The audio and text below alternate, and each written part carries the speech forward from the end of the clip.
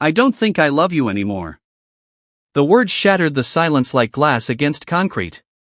They weren't yelled, screamed, or whispered with regret, they were spoken plainly, almost gently. And that made them hurt even more. Emily sat across the kitchen table from her husband, Mark, her coffee untouched and going cold. The morning sun lit their cozy suburban kitchen, where memories clung to every corner, baby bottles, anniversary notes pinned to the fridge, that stain on the rug from their first Thanksgiving disaster. It all sat there, still and heavy, while the air between them throbbed with pain. She stared at him for a moment, her lips parted slightly, her throat tight. "Say something," Mark finally said, his voice cracking. "I don't know what to say," Emily replied. You just ended 20 years in a sentence." "No," he said softly, lowering his eyes. "It didn't end today. It's been ending, for a long time." Chapter 1, The Slow Unraveling. They met in college. Mark was a charming architecture student with a quick wit and an easy smile. Emily was a thoughtful psychology major who loved sunflowers and sad songs. Their connection was instant. They married 2 years after graduation, bought a modest house in upstate New York, and began building their lives. But time, like rust, has a way of corroding even the strongest foundations. At first, it was small things. Mark came home later, always tired.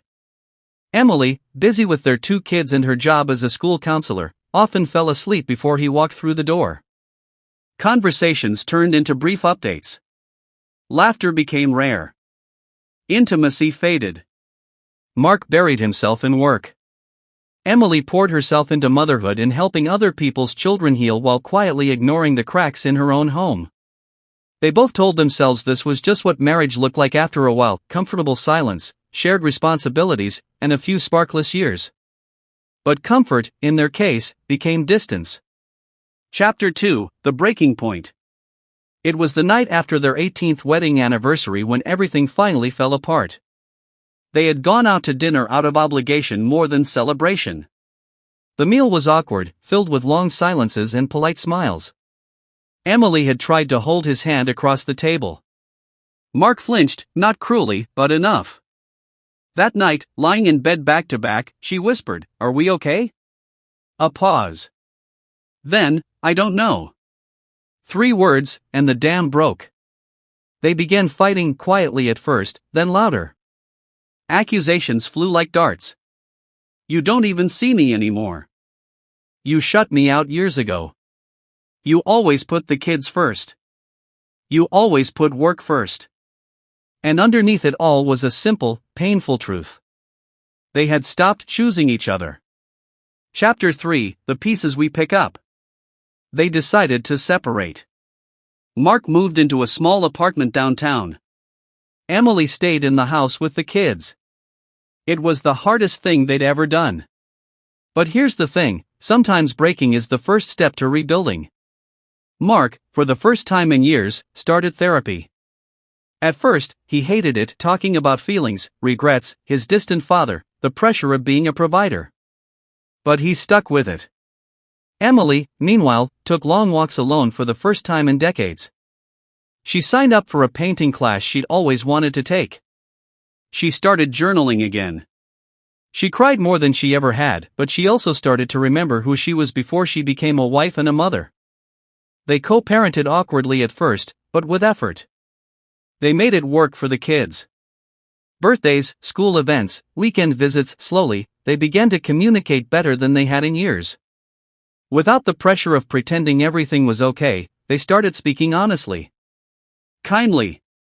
Like 2 people who remembered how to care for each other, even if love looked different now. One night, after a school play, they lingered in the parking lot. Emily leaned against her car, watching Mark laugh with their son. "He's lucky," she said. Mark turned. "Why?" "To have a dad who stuck around. Who's trying." He walked over, his expression open and soft. "So are you," he said. "You always were." It wasn't a grand reconciliation. It wasn't a kiss in the rain or a dramatic declaration. But it was something. Chapter 4, Redefining Love. Over the next year, they didn't get back together, but they didn't drift apart either. They kept talking. They kept showing up. They even went to couples counseling, not to rekindle romance, but to learn how to coexist with respect, forgiveness, and boundaries. Eventually, they started going for coffee. Just coffee. Sometimes it led to long conversations. Sometimes it didn't. But they were rebuilding something, not their old marriage, but a new kind of connection. One rooted in mutual growth. One day, Emily turned to Mark during a walk and said, "Do you think we could try again?" Mark stopped. Looked at her. And nodded.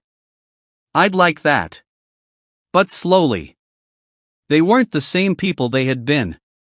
And that was okay. In fact, that was the point. Final chapter, The Pieces That Made Us. 2 years later, they stood in the kitchen again, older, wiser, with a few more gray hairs and deeper laugh lines. The sun lit the same window. The same fridge still had their kids' drawings. But this time, Mark reached across the table and took her hand. "I love you," he said. "Not because I'm supposed to. Not because we're married. But because I choose to." Emily smiled, tears in her eyes. "I choose you too." Their marriage had broken. But it wasn't lost. It had been reshaped like mosaic glass. Jagged, painful pieces turned into something new. Something beautiful. Something earned. Sometimes love isn't about never breaking. It's about what we do with the pieces. Our marriage, in pieces, wasn't the end. It was the beginning of something honest, something real. Because love, real love, is a choice we make every day. Even after the breaking.